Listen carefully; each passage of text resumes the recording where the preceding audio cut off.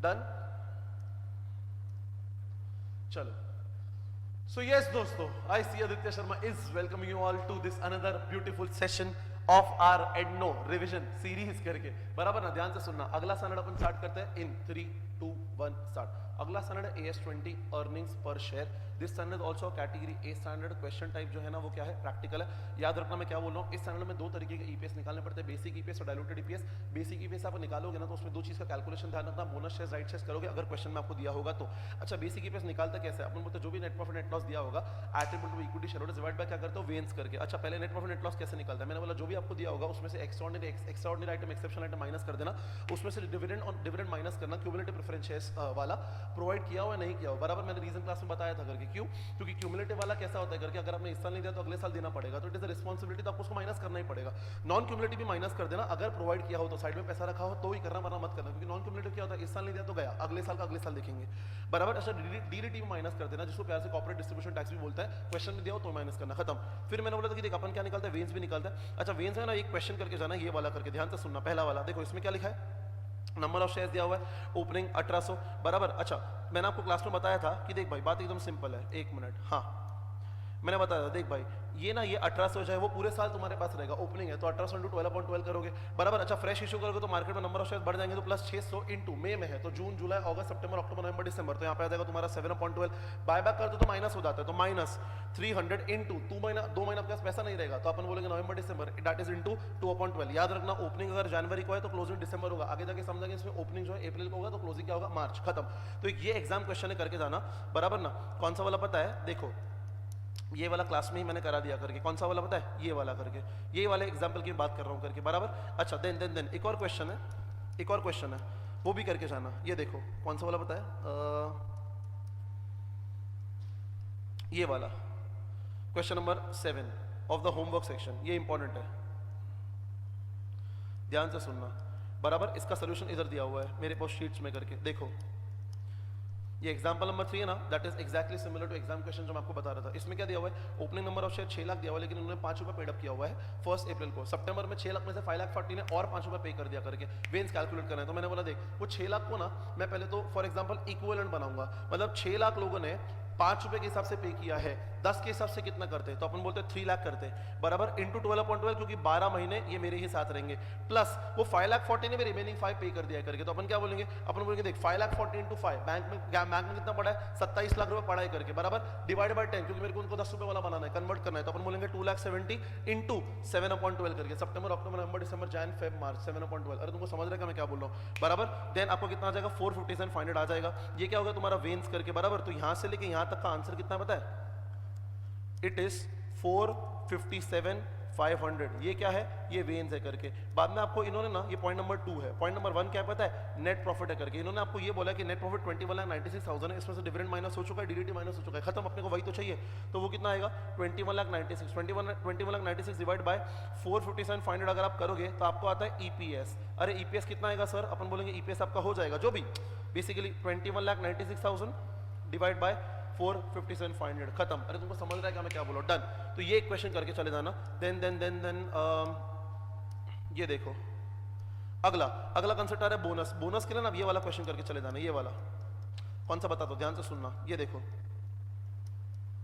ये वाला question important है करके, बराबर? यही मैंने एग्जांपल के फॉर्म में डिस्कस किया है करके। क्या एग्जांपल था कि देखो 1,415 को ओपनिंग नंबर ऑफ शेयर्स है, नेट प्रॉफिट दिया हुआ है, अगले साल अपने बोनस दिया हुआ है, तो पहले तो अपने ना बोनस के केस में याद है आपको ईपीएस 2 बार नहीं 3 बार निकाल दो। पहला basic EPS for the first year, इसमें बोनस एलिमेंट आएगा ही नहीं।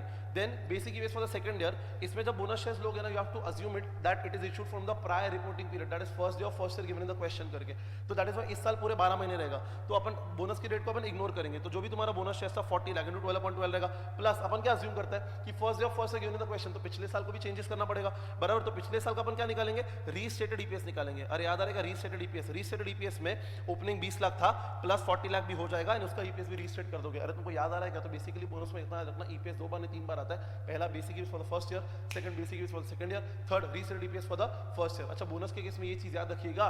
क्या याद रखोगे? कि देखो भाई बात एकदम सिंपल है कि बोनस में डेट क्या होता है? इररिलेवेंट होता है, irrelevant. Do you get this? खत्म। तो आप ऐसा मानते हो कि first day of first year given the question को इशू किया जाता है, खत्म। तो ये वाला क्वेश्चन करके चले जाना। देन अपन ना इस पे आते हैं, रसर पट्टी से नीचे आके we come on concept of right share. अच्छा कंसेप्ट ऑफ राइट शेयर में बहुत सारा फॉर्मूला है, मैंने आपको सीधा बोला था कि बच्चा तो एक काम करना, फर्स्ट फॉर्मूला याद करना, खाली फर्स्ट फॉर्मूला। अच्छा फर्स्ट फॉर्मूला क्या निकालना है कि अपन देख, first formula we calculate something called as logical price. अच्छा लॉजिकल प्राइस कैसा आता है, अपन बोलते देख number of share before right into fair value per share plus right share into right issue price divide by number of shares before right plus right shares करके। अरे अगर आपको याद होगा अपन ने ये वाला क्वेश्चन, कौन सा वाला, ये वाला, दिस इज इंपॉर्टेंट करके, बराबर। इसमें ना, इसमें पहले अगर आपको याद होगा अपन ने निकाला था लॉजिकल प्राइस इट वाज 20 करके, फिर मैंने आपको बोला था बेटा सीधा शॉर्टकट यूज करते। शॉर्टकट कैसे, शॉर्टकट मैंने बोला देख उन्होंने ना 1 लाख शेयर्स इशू किए हैं, कितने पे इशू किए हैं, कितने पे इशू किए हैं, 15 पे करके, तो 1 लाख इंटू 15 बैंक अकाउंट में पड़े हैं 15 लाख। अगर हर एक बंदे को लॉजिकल प्राइस पे इशू करता, 20 पे इशू करता, तेरे को इशू करने से 75,000 लेके तीनों कितने इशू किए, 1,25,000 बोनस शेयर हो जाएंगे। अरे याद आ रहा है क्या, ये देखिए देखिए देखिए देखिए, इसमें भी वही तो हुआ है, ये देखो 25,000 बोनस शेयर्स और 75,000 इज फ्रेश इशू। अरे समझा क्या, फिर क्या करना है, फिर तो करना है टाइम पास। सर कैसे, ये देखो भाई बोनस एलिमेंट ऑफ ईपीएस 2 बार नहीं 3 बार निकलेगा। पहला basic EPS for the first year, उसमें 5 लाख होंगे। Second basic EPS for the second year, उसमें बोनस भी होगा जो डे 1 से इशू करेंगे, एंड फ्रेश इशू होगा 75,000 जो इशू किया है कभी पता है, ऑन 1 मार्च। अरे बराबर ना, तो 1 मार्च से अगर आप ढूंढोगे कब तक, अगले साल के अप्रैल तक, तो मार्च अप्रैल मई जून जुलाई अगस्त सितंबर अक्टूबर नवंबर दिसंबर, 10 महीना आ जाएगा। अरे वही तो हुआ है करके 10.12। और लास्ट में निकालोगे restated EPS for the first year, इसमें भी बोनस का इफेक्ट होगा ही होगा। अरे तुमको समझ रहेगा, ये सब कुछ मैंने आपको क्लास में कराया, रिवाइज हो रहा है, रिवाइज फटाफट फटाफट रिवाइज करने का, डन खत्म, ये भी हो गया। देन अपन गए थे आगे आगे आगे किसके ऊपर, डाइल्यूटेड ईपीएस। डाइल्यूटेड ईपीएस में क्या होता है, अपन बोलते हैं देख भाई बात बहुत ज्यादा सिंपल है, फ्यूचर का ईपीएस निकालते हैं बराबर बेस्ड ऑन करंट डेटा करके। अच्छा डाइल्यूटेड ईपीएस तभी निकालना जो क्वेश्चन में या तो डिबेंचर्स हो, या तो प्रेफरेंस शेयर्स हो, या तो ऑप्शंस हो। अरे तुमको समझ रहा है क्या, अच्छा फॉर्मूला क्या है, मैंने बोला बेसिक ईपीएस का फॉर्मूला लिख देने का, और उसमें अपन एडजस्टमेंट करता है, नंबर ऑफ शेयर जो बढ़ जाएंगे वो डिनोमिनेटर में आ जाएगा, और ऊपर उस हिसाब से नेट प्रॉफिट का एडजस्टमेंट आ जाएगा, बराबर। अच्छा इसके लिए समझने के लिए सीधा अपन एक एग्जाम्पल करते हैं, क्वेश्चन नंबर 4, ये वाला बराबर। अच्छा क्वेश्चन नंबर 4 में क्या दिया आपको, 1 करोड़ नेट प्रॉफिट दिया हुआ है, आपको 50 लाख का क्या दिया हुआ है, वेन्स दिया हुआ है, तो सीधा सबसे पहले आप क्या निकालते पता है, बेसिक ईपीएस करके, बेसिक ईपीएस। अरे समझ रहा है क्या, तो सीधा मैंने सबसे पहले निकाला बेसिक ईपीएस, ये रहा बेसिक ईपीएस 2 करके, बराबर। फिर क्या होगा, मैंने बोला देख भाई बात एकदम बहुत ज्यादा सिंपल है। क्या सिंपल है, देखो आपका ना नंबर ऑफ डिबेंचर्स आपको दिया हुआ है, और आगे जाकर डिबेंचर्स इक्विटी में कन्वर्ट हो रहे हैं करके, तो आप क्या निकालोगे, कितना डिबेंचर्स इक्विटी में कन्वर्ट हो रहा है, तो आपको यहाँ पे दिया हुआ है 1 lakh is the number of debentures, each debenture convertible into 10 equity shares. तो यहाँ पे आप निकालोगे, देख भाई बात बहुत ज्यादा सिंपल है कि 50 लाख इक्विटी शेयर्स तो थे ही, और 10 लाख आ जाएंगे कैसे, 1 lakh is the number of debentures करके, बराबर ना। अब हर एक डिबेंचर का फेस वैल्यू कितना है, अपन बोलेंगे इट इज नथिंग बट 10 दिया होगा शायद, 100 दिया है, बराबर। तो अपन क्या बोलेंगे, देख भाई 1 लाख ऑलरेडी डिबेंचर आपको दिया हुआ है करके, हर एक डिबेंचर किस में कन्वर्ट हो रहा है, 10 इक्विटी शेयर में कन्वर्ट हो रहा है, तो कितने इक्विटी शेयर होंगे, 10 लाख, तो total equity share 50 lakh plus 10 lakh 60 lakh हो जाएंगे। अरे दिख रहा है क्या, और क्या हो जाएगा, देख भाई अगर मेरा डिबेंचर्स इक्विटी में कन्वर्ट हो गया तो कहने से मेरा इंटरेस्ट बचेगा, बराबर। तो कितना इंटरेस्ट बचेगा, आपको सीधा यहाँ पे क्वेश्चन में डायरेक्टली दिया हुआ है कि देख भाई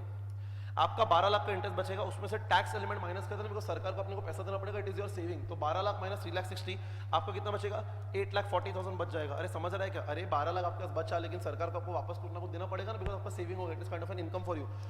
तो अभी आप बोलोगे 1 करोड़ ऑलरेडी मेरे पास था नेट प्रॉफिट, उसमें 8,40,000 जोड़ दोगे, तो डीपीएस जब निकालोगे तो 1 करोड़ 8,40,000 डिवाइड बाय क्या आ जाएगा, 60 लाख। अरे तुमको समझ रहा है मैं क्या बोल रहा हूँ, डन खत्म। Do you get this, and you will get your diluted EPS. आता है डाइल्यूटेड ईपीएस हमेशा बेसिक ईपीएस से कम होगा, अगर ज्यादा आ रहा है तो it is anti diluted. Do you get this, गलत हो जाएगा, डन, ये भी हो गया। अरे स्पीड कम नहीं होने वाला है सर, आप अपना स्पीड बढ़ाइएगा, आपको समझ रहा है। देन एक और क्वेश्चन, ये वाला क्वेश्चन कौन सा पता है, क्वेश्चन नंबर 5, ये तो हो ही गया। Question number 5 this is also important, इसमें खाली एक चीज याद रखिएगा करके कि आप जब डीडीटी पे कर रहे हो ना, नॉर्मली क्या होता है, आप अपने इंटरेस्ट में से देखो, डिनोमिनेटर में नंबर ऑफ शेयर्स तो ऐड होंगे।